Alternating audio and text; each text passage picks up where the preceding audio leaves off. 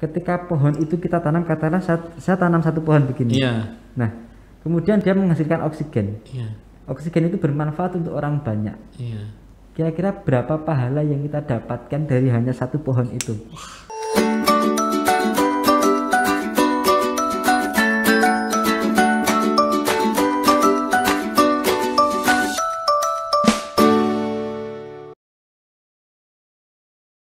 Assalamualaikum warahmatullahi wabarakatuh.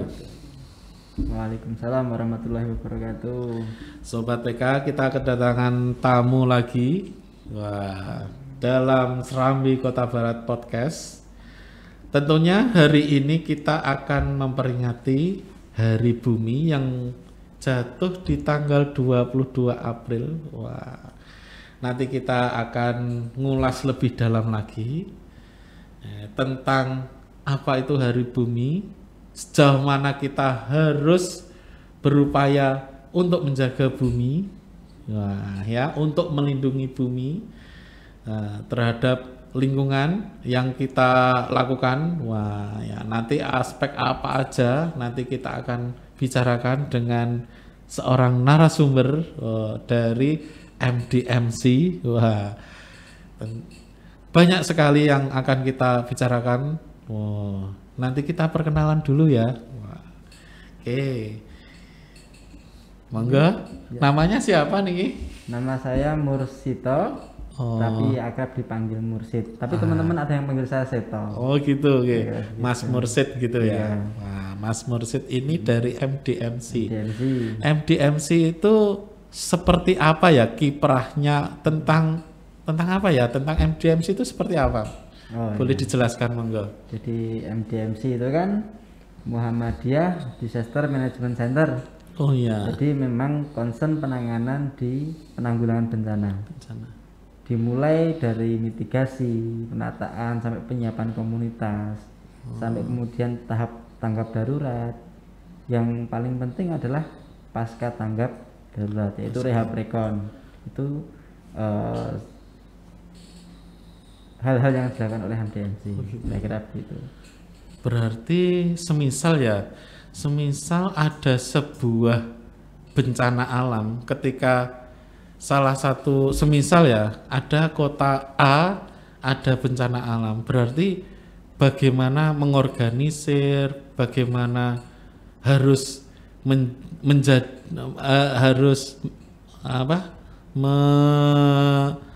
melaksanakan, wah ini harus segera harus diselamatkan ini para korban dari bencana alam. Itu seperti apa, monggo? Yang dari MDMC gimana? Setiap terjadi bencana, maka Muhammadiyah sudah luas nih. Iya. Seluruh Indonesia. Betul sekali. Nah, maka di pimpinan pusat Muhammadiyah itu dalam hal ini MDMC, ya. Tanggap daruratnya segera melakukan ekspansi ke lokasi. Bisa mengkontak warga yang ada di sana, warga Muhammadiyah, atau bisa mengutus tim yang dari Jawa, yang karena paling banyak di Jawa, dikirim ke sana, ke keluar Jawa. Kayak begitu. Nanti kemudian dilakukan asesmen, kemudian apa yang harus dikirim dan diberangkatkan. Entah itu relawan, entah itu tim yang lainnya, ataupun medis, dan juga barang-barang bantuan. Nah, ini nanti kemudian semua sudah disiapkan, dikirim sesuai permintaan kebutuhan di lapangan. Ini peran MDMC ketika terjadi bencana. Nah, instruksinya nanti dari pusat itu kemudian akan menginstruksikan ke wilayah ataupun ke daerah untuk menyiapkan tim. Nah, untuk ditugaskan ke lokasi bencana sesuai kapasitas dan kemampuannya masing-masing, kira-kira begitu. Berarti banyak aspek gitu ya. Betul. Banyak aspek yang harus disiapkan. Kalau ini Mas Mursid sendiri ini, kesehariannya itu kalau di MDMC seperti apa nih? Kalau semisal kalau ada bencana, kalau tidak ada bencana ini kesehariannya seperti apa? Jadi karena di DMC ini sifatnya relawan, kita murni relawan, tidak bekerja, tidak ada ikatan jam, maka ketika tidak terjadi bencana, ketika tidak ada respon musibah, maka kami melakukan aktivitas masing-masing dengan pekerjaan masing-masing. Kebetulan kalau saya sendiri ini wirausaha, jadi ya saya jalankan pekerjaan saya untuk mengisi kebutuhan sehari-hari, kira-kira begitu, sampai ada masa di mana ada tugas bencana maka on call siap saat itu juga, kira-kira begitu.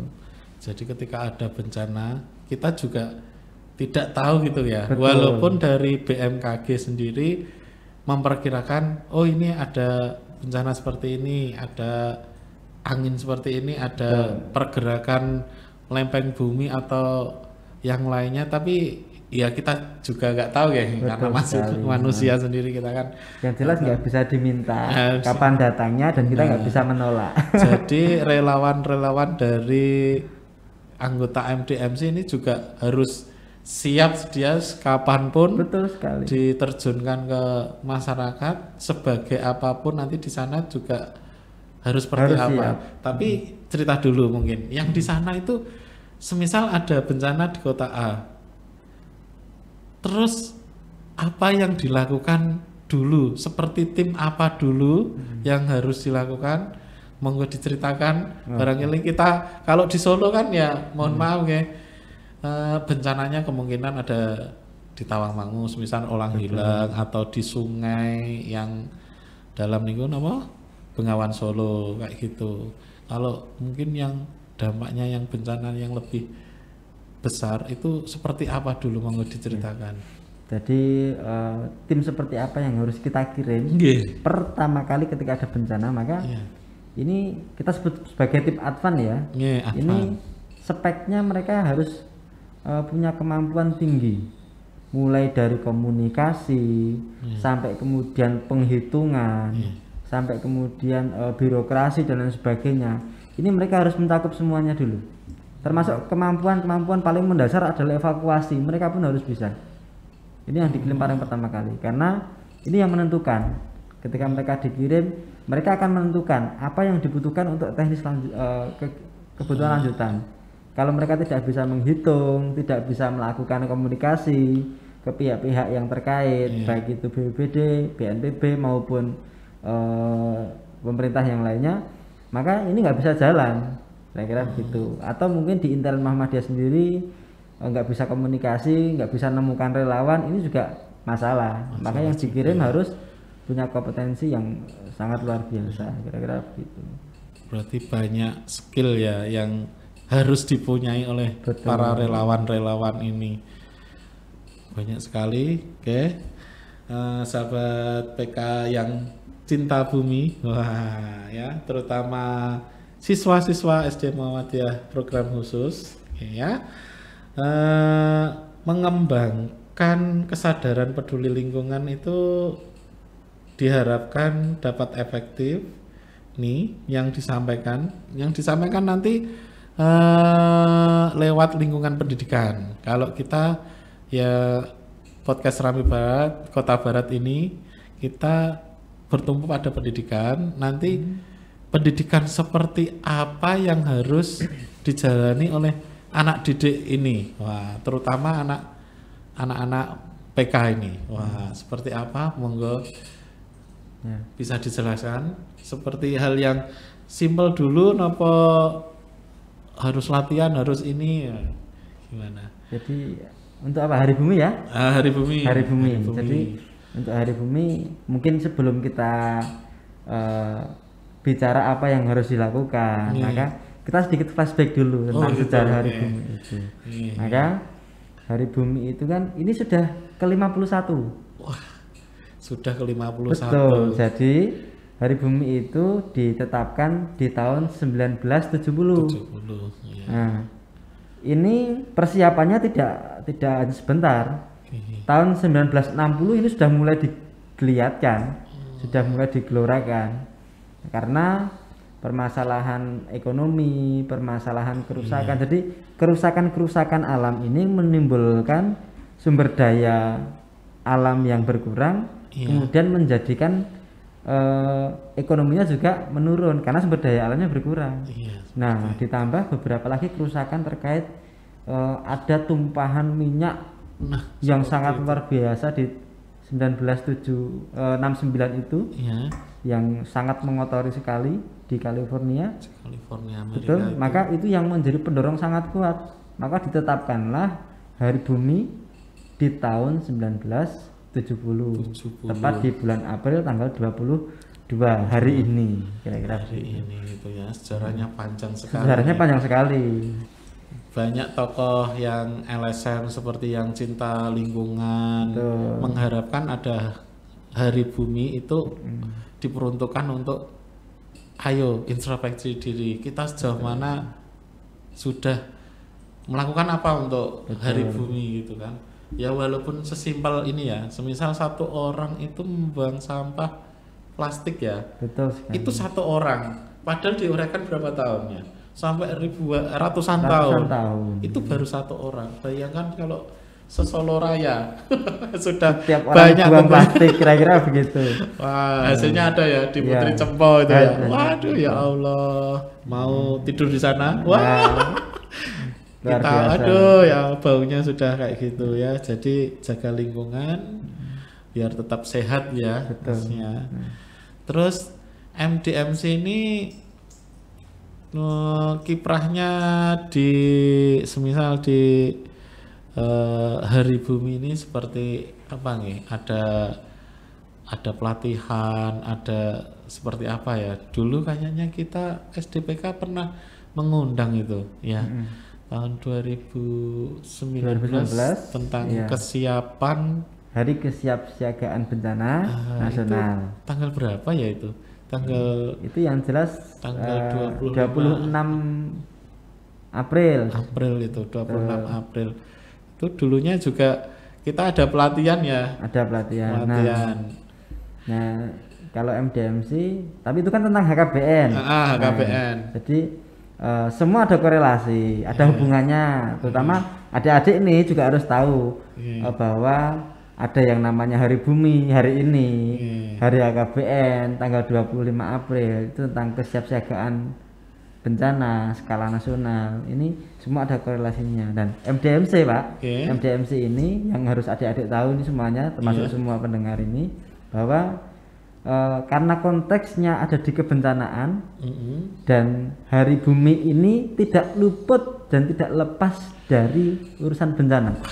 Ya seperti itu. Kenapa saya bilang seperti ini? Karena ketika kita tidak bisa menjaga bumi kita ini, dan apalagi semakin tua, maka kerentanan bencana ini sangat besar. Potensinya akan semakin besar. Maka kenapa harus ada Hari Bumi ini? Ini untuk mengingatkan kepada kita, kepada adik semua, bahwa bumi ini harus kita jaga. Kira-kira begitu.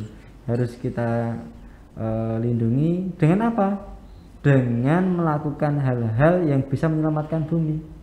Sampai hal terkecil pun itu juga harus kita lakukan. Hal terkecilnya apa? Yang tadi disampaikan oleh Pak Ustadz, untuk tidak membuang sampah plastik sembarangan. Nah, seperti itu. Bahkan kalau bisa mengurangi plastik itu sangat lebih bagus lagi.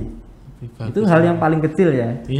Nanti kemudian hal yang paling banyaknya, hal yang lebih banyak lagi, kira-kira nanti bisa dengan menanam pohon, bisa mengurangi listrik, hemat listrik ya. Iya, bisa loh. Jadi bagaimana itu?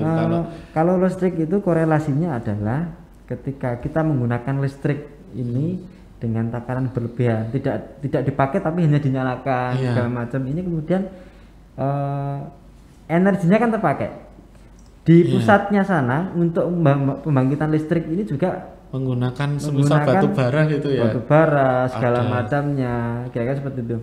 Efeknya kepada pemanasan global seperti itu ya. Iya, nanti kalau sudah pemanasan global ini kembali lagi terjadi kerusakan di bumi, kira-kira seperti itu. Ini hal terkecil, masalah listrik, masalah lampu dan lain sebagainya. Ini sobat PK, ayo yang punya TV yang suka nggak ditonton, betul, cuma nyalakan habis itu tinggal. Apalagi sekarang anak-anak suka nyalakan TV tapi main HP. Nah seperti itu, sudah main HP, ditonton TV, lampu menyala. Aduh, kipas angin juga sudah dingin. Betul. Wah, seperti itu ya. Itu dari segi listrik. Tadi ada plastik ya, seperti itu. Sangat kompleks sekali. Nah, saya menarik dengan apa yang diterangkan sama Pak Ustadz tadi terkait masalah apa? Makan sayur bisa mengurangi kerusakan bumi. Nah, ini juga menarik loh. Iya, makan sayur itu bisa menanggulangi dampak dari bencana bumi. Betul. Ya, ini sahabat PK banyak yang suka makan sayur ini, terutama bayam ini. Buat adik-adik ini. Iya, sangat suka, alhamdulillah. Itu gimana ya? Kalau apa dampaknya toh? Kenapa toh kita harus makan sayur? Itu seperti apa? Mungkin dijelaskan. Jadi kalau berbicara sayur nih, ini ada beberapa hal loh. Yang pertama, dimulai dari yang tadi kita sampaikan, menanam pohon sekecil apapun pohon yang kita tanam. Menanam pohon. Karena apa? Karena dari setiap pohon yang kita tanam, walaupun itu kecil, pendek, dia tetap menghasilkan oksigen. Nah, seperti itu. Maka sisi pertama keuntungannya di situ. Ketika kita menanam sayur, ada keuntungan oksigen yang didapat. Yang pertama kali yang belum sampai dipanen itu kan, walaupun kecil sudah mengeluarkan oksigen, menyerap karbon dioksida. Betul. Belum lagi nanti ke masalah akarnya, ke masalah nanti kehumusan tanahnya. Ini juga akan menjadi pengaruh di mana tanah itu akan selalu subur. Tanah akan selalu subur. Ketika ditanami sesuatu itu nanti tanaman juga menjadi subur gitu ya. Nah, itu baru di tahap penanaman. Ini kemudian di tahap makan otomatis sehat pasti ya kalau makan sayur. Nah, yang tidak kalah pentingnya adalah ketika teman-teman makan sayur ini sangat kecil sekali potensi untuk menggunakan plastik. Nah, seperti itu. Kira-kira begitu. Kalau teman-teman makan junk food, semua junk food rata-rata pakai plastik. Pakai styrofoam. Kira-kira seperti itu. Malah lebih lama itu dari plastik ya, styrofoam itu, walaupun di cross gitu. Jajanan menarik nih, anak-anak sekarang jajanan menarik ini, entah itu junk food ya, rata-rata junk food lah kita katakan. Mereka pakainya mika, pakai styrofoam gitu.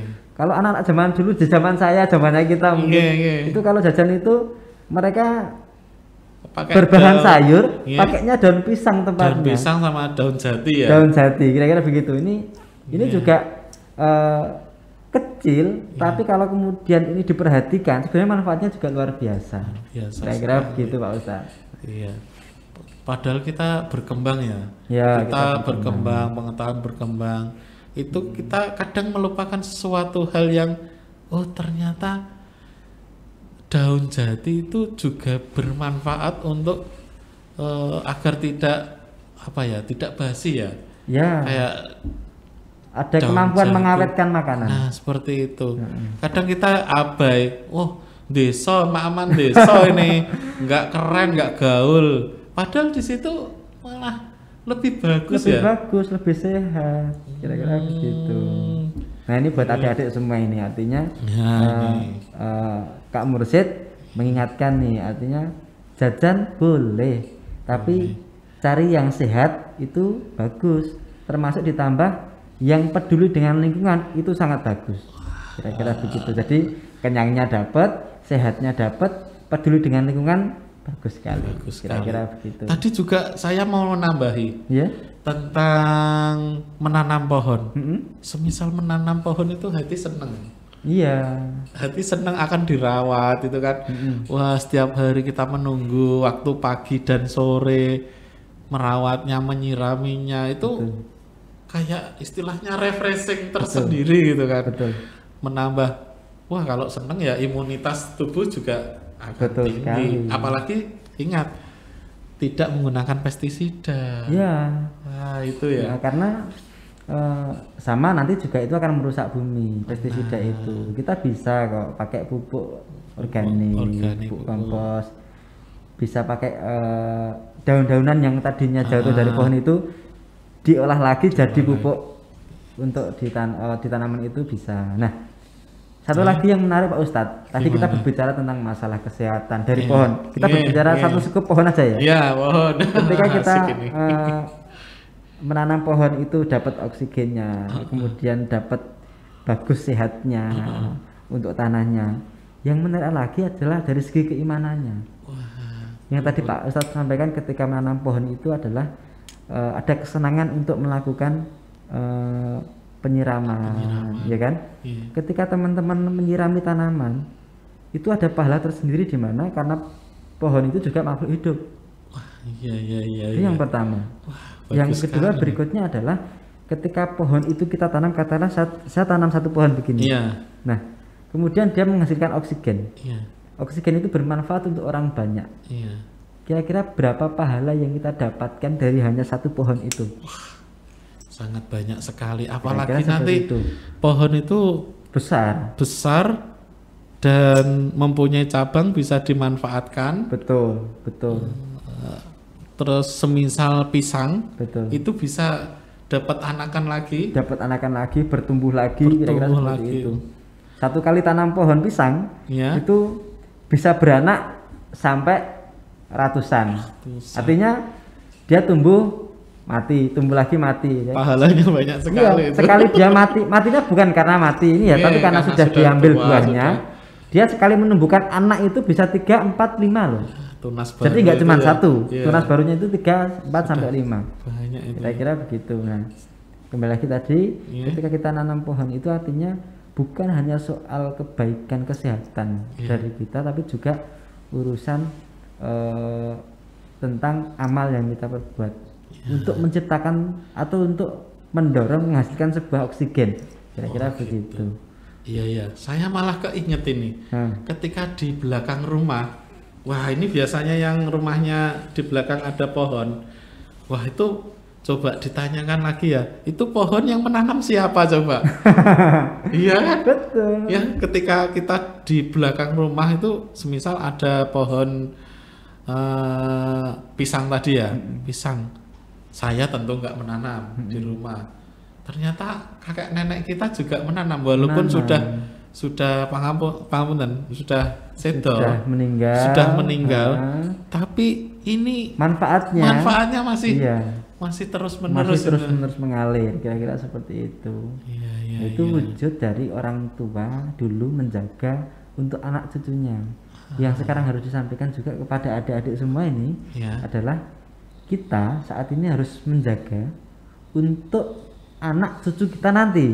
Nah, mungkin adik-adik terlalu jauh berbicara itu, tapi paling tidak sampai ketemu adik-adik dewasa, sampai adik-adik itu ketemu tua, masih bisa merasakan nikmatnya oksigen yang bersih. Kira-kira seperti itu. Banyak sekali aspeknya dari tadi penanaman, mengurangi penggunaan plastik, apalagi sekarang kan di banyak swalayan itu kan plastik sudah mulai dikurangi. Mereka menawarkan bag kayak gitu. Itu sudah bagus sekali. Untuk sobat PK seperti itu ya. Banyak sekali agenda-agenda kita yang mesti kita harus introspeksi diri. Terkait dengan menjaga lingkungan. Kadang seperti ini, aku itu sudah menjaga lingkungan, aku sudah banyak sekali kegiatan, tapi kadang-kadang kita abai ya, di rumah listrik banyak, penggunaan makan juga banyak. Wah, banyak banget yang menjadikan bumi ini malah semakin tua ini ya. Terus apa ya, tentang penggunaan air ini kita tadi kan sudah terkait dengan pohon, plastik, penggunaan air. Kadang-kadang kita itu kalau membersihkan motor, mobil, alat-alat seperti alat masak itu kita abai terhadap ini menutup keran. Betul. Ya tentu saja Indonesia kebanyakan banyak air, sumbernya banyak, tapi banyak daerah yang enggak ya. Itu jadi untuk memanfaatkan air itu seperti apa nih? Padahal juga itu air dari tanah, itu apa enggak beresiko banyak itu nanti. Jadi kalau kita berbicara masalah air nih Pak Ustadz, jadi permasalahan sekarang adalah banyak orang menggunakan air, Iya. tapi kemudian air itu tidak kembali ke tanah. Oh, Karena apa? Iya. Tadi kembali lagi, berkurangnya orang yang menanam pohon, sehingga resapan air ke tanah itu sangat berkurang sekali. kurang. Heeh. Apalagi pohon ditebang, dibanyakin aspal sama Aspal, bangunan-bangunan, bangunan. kira-kira begitu. Nah, meresapannya sekarang semakin- ini apalagi area di kota Solo ini banyak perkotaan, sehingga daya serapnya itu juga sangat rendah. Tapi ya Solo masih tergolong bagus, Iya. tapi artinya tidak sebagus dengan yang ada di desa. Iya. Karena apa? Semua jalan sudah dicor, semua lahan perkampungan sudah dicor, diaspal segala macam, sehingga tingkat penyerapannya rendah. Kira-kira begitu. Nah, nanti kalau kemudian lama kelamaan ini airnya semakin diambil terus, tapi untuk kembalinya ke tanah ini sangat rendah, maka yang terjadi adalah kekeringan. Dan ini sudah terjadi di beberapa titik di kota Solo ini. Setiap kemarau agak panjang sedikit itu kering, nggak ada airnya. Nah, ini ya karena efek tadi itu, kurangnya penyerapan gitu. Ini termasuk bagian dari kerusakan bumi, kira-kira seperti itu. Iya. Nanti kalau kering juga kita juga biaya lagi nih. Ya, Harus lagi membeli minuman lagi. beli Padahal air lagi. zaman dulu ya, ya Allah, itu kita minuman kemasan itu hal yang aneh ya. Iya. Padahal di rumah itu mau minum ya minum, sudah dimasak tentunya. Karena sekarang harus beli ini, keluar kota harus beli minuman lagi, botolan lagi ini. Padahal dulu kita ya juga sangat praktis itu kan. Betul. Minuman dari kendi kayak gitu ya. Terkait dengan penyerapan seperti itu, saya pun juga melihat banyak perkotaan gedung-gedung tinggi itu ya semua base-nya itu bawahnya sudah cor. Jadi penyerapannya juga sudah berkurang. Apalagi bendungan-bendungan sekarang ya sudah mulai mulai dangkal-dangkal itu ya. Betul sekali. Nah, jadi sobat PK seperti itu. Jadi penggunaan air, apalagi kalian yang cuci piring, dimanfaatkan ya. Buka terus wudhu, wah wudhunya bocor terus. Wudhunya asik ya gitu. Wah, itu dihemat lagi. Di rumah juga sama. Boleh kalian menggunakan air. Aku mau menghemat air, mandiku 1 kali. Ya enggak begitu ya. Itu namanya jorok. Enggak seperti itu konsepnya ya. Tetap mandi tapi menghemat air, tidak memubazirkan. Wah, ini kalau mubazirnya juga temannya setan sendiri. Ada trik menarik, Ustaz. Ada trik ini gimana ini? Kita bicara masalah air nih. Ketika kalau yang sudah mampu biasanya pakai shower. Ya, shower. Shower itu memang diciptakan untuk menghemat air. Penggunaan air dia seperlunya. Betul. Ya. Kalau kita pakai gayung begitu, katakanlah 1 gayung yang kita tumpahkan sebenarnya hanya butuh 1/4 atau setengahnya untuk membasahi tubuh. Gitu. Kalau pakai shower itu sebenarnya kan sedikit tapi bisa membasahi semuanya. Nah, kalau kemudian di tempatnya adik-adik ini yang belum ada shower, ya kan? Rata-rata sudah pakai shower. Alhamdulillah. Yang belum nanti pakai manual. Jadi pakai selang, kemudian di ujungnya itu nanti digantungkan agak ke atas. Sekarang kan ada alat yang di ujung keran yang bisa buat nyebar air tuh. Dipasang itu persis nanti dengan shower. Itu jadi malah lebih praktis seperti itu ya. Betul. Jadi memang mandi dengan shower itu adalah salah satu cara untuk menghemat air. Gitu, karena kalau kita pakai gayung biar buangnya banyak, padahal untuk kebutuhan membasahi tubuh atau membersihkan kotoran nggak sebanyak itu. Wah, ini trik tersendiri nih dari trik menarik kira-kira Mursyid ini ya. Wah, pakai shower. Pakai shower. Tapi kalau sudah ya harus dimatikan lagi. Tetap harus dimatikan lagi. Iya. Terus ini tentang apa ya? Tadi sangat berhubungan sekali. Tadi ketika saya menanyakan tentang air juga berhubungan dengan pohon, dengan ada tidaknya pohon. Tapi kalau di kota Solo ini ya masih lumayan, pohonnya masih banyak, masih bagus, masih walaupun tua-tua ya. Betul. Kan mereka juga, adakah peremajaan seperti itu, semisal ini mau diremajakan nanti dipangkas semua atau gimana? Harus menanam dulu sudah besar atau langsung dipangkas semua gitu? Ya. Kalau yang namanya untuk menjaga lingkungan, ya. Peremajaan pohon itu, maka disiapkan dulu pohonnya. Disiapkan dulu. Betul, ya. Betul, calon penggantinya. Ya. Sampai dia dikatakanlah cukup untuk memenuhi pengganti, ya. Baru nanti ditebang. Dan sistemnya pun juga tidak bisa satu pohon besar kemudian disiapkan satu pohon kecil pengganti, kemudian nanti ini ditebang, ini untuk menggantikan, nggak mencukupi. Maka harus dilakukan menanamnya 2 atau lebih, kira-kira begitu. Ya, lebih biar kalau kita jalan-jalan, kalau teduh kan, teduh itu enak gitu. Kalau gitu. Panas tuh kayaknya ya Allah, betul, panas banget seperti itu. Betul. Tapi gini Mas, banyak di daerah bencana itu, terutama pegunungan itu kan banyak pohon-pohonnya. Betul. Kita melihat di pegunungan, semisal pegunungan mana gitu kan, banyak, aslinya banyak pohon, tapi yang seharusnya pohonnya itu pohon seperti apa untuk mereka yang di daerah pegunungan? Apakah harus kayu-kayu yang sengon seperti bunga-bungaan atau yang seperti apa ya Mas? Ada kriterianya enggak? Jadi kalau berdasarkan kebutuhan alam, maka seharusnya yang kita tanam adalah pohon yang besar berakar kuat.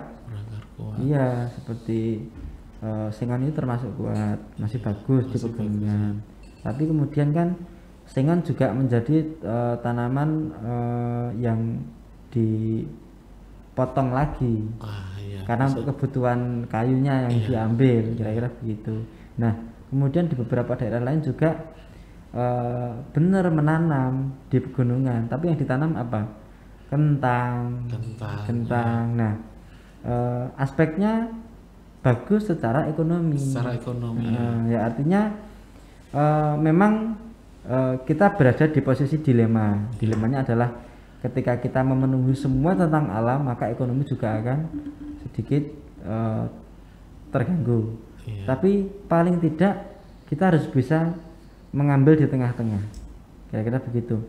Kita kan pernah belajar yang namanya tumpang sari. Nah, iya. Kenapa pasti. Kemudian kita tidak menanam bahan besar, di celah-celahnya kita isi pohon-pohon kecil yang sifatnya bisa menumpang ekonomi, kira-kira seperti itu. Ini kan yang bisa dilakukan sehingga alam tetap terjaga, bencana bisa diminimalisir, kebutuhan ekonomi tercukupi, kira-kira begitu. Memang ada di posisi yang agak ambigu ini artinya. Jadi kita juga kadang-kadang seperti ini, wah itu ada pohon beringin besar banget, itu kita menakutkan gitu. Jadi kita harus potong karena ini buat ini buat lahan, ya buat lahan juga, tapi juga buat ketahanan daya cengkram tanah juga.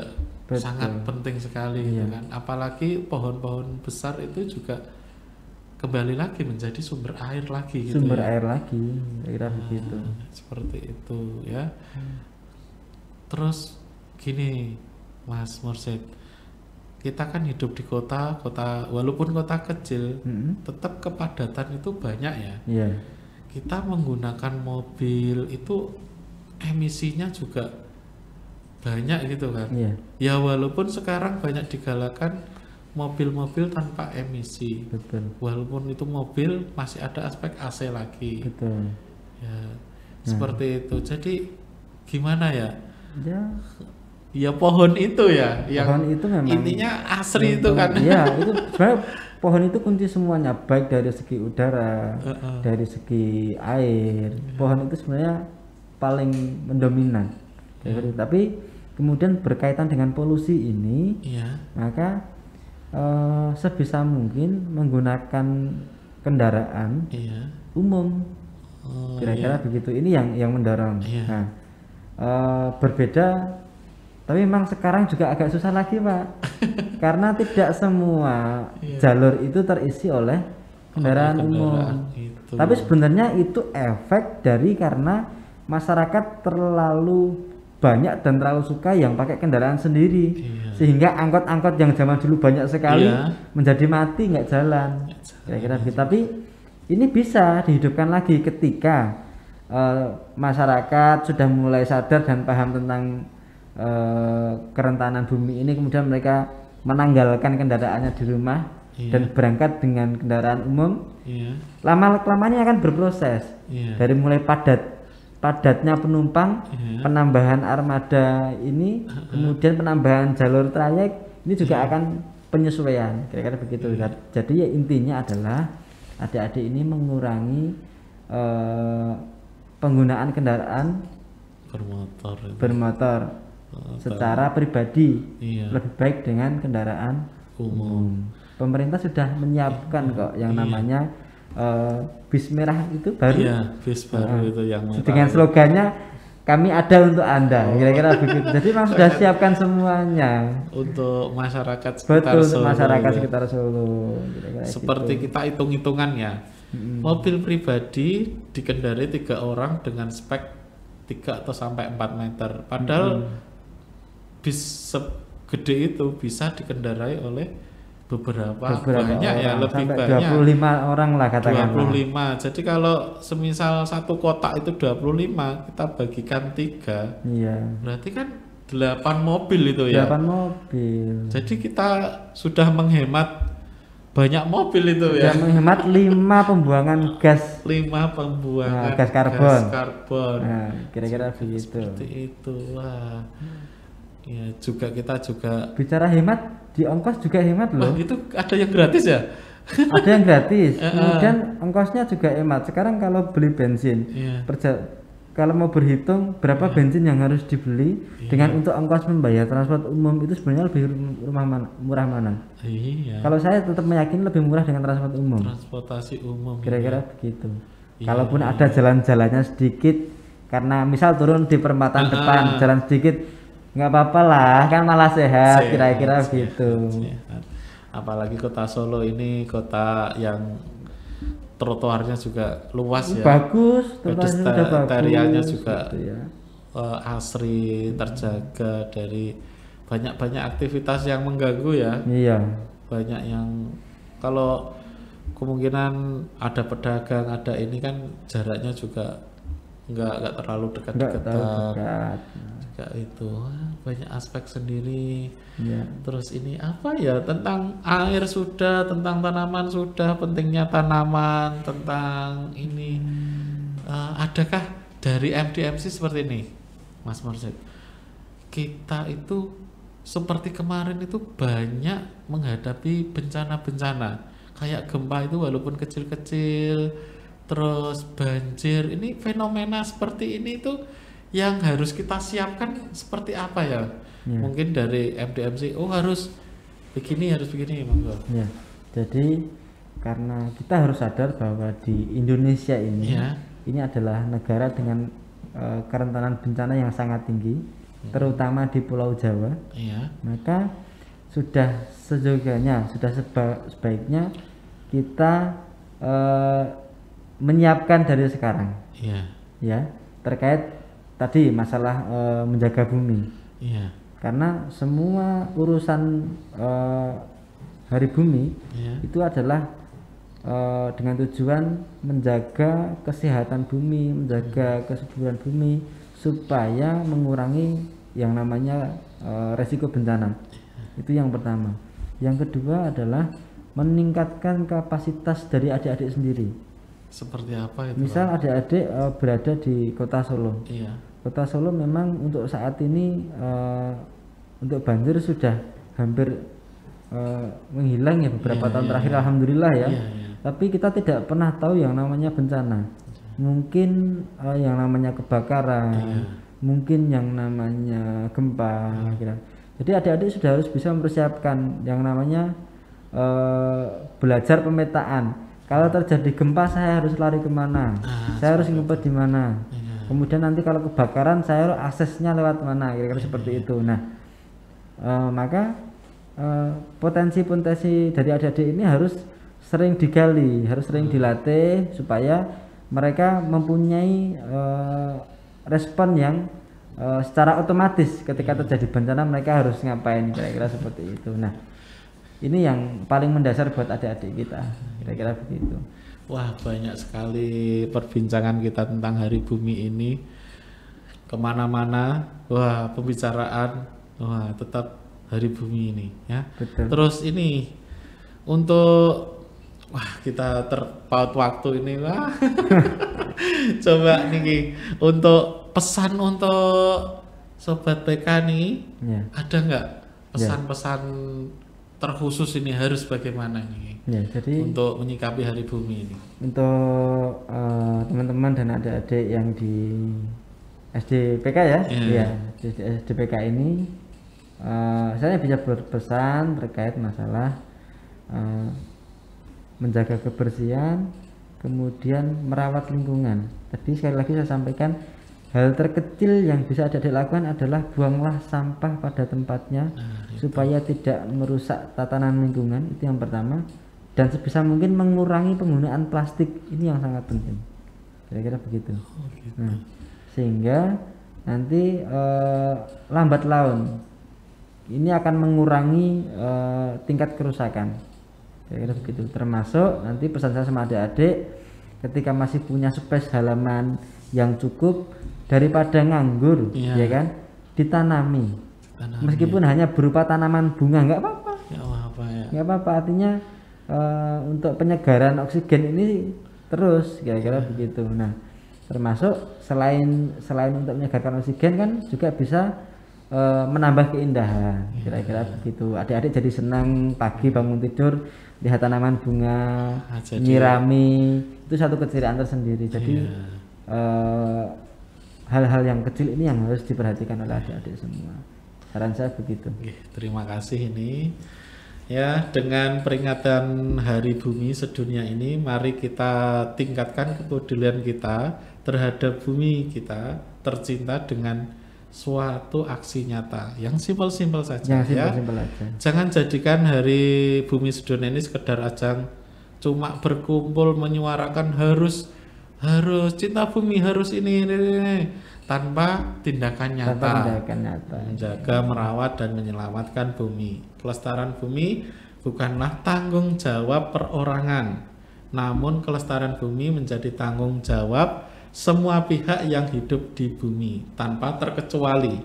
Ya, oleh karena itu kesadaran akan pentingnya kelestarian bumi perlu ditanamkan pada diri masing-masing individu sedini mungkin dan secara berkesinambungan. Terima kasih podcast Kota Barat, Serambi Kota Barat Podcast. Terima kasih. Apabila ada mau saran-saran, nanti klik di komentar, tulis di komentar. Terima kasih sudah menonton. Sampai berapa menit ini, banyak banget ya. Kita bisa mengundang lagi dari MDMC terkait dengan lingkungan, terkait dengan apapun. Terima kasih. Wassalamualaikum warahmatullahi wabarakatuh.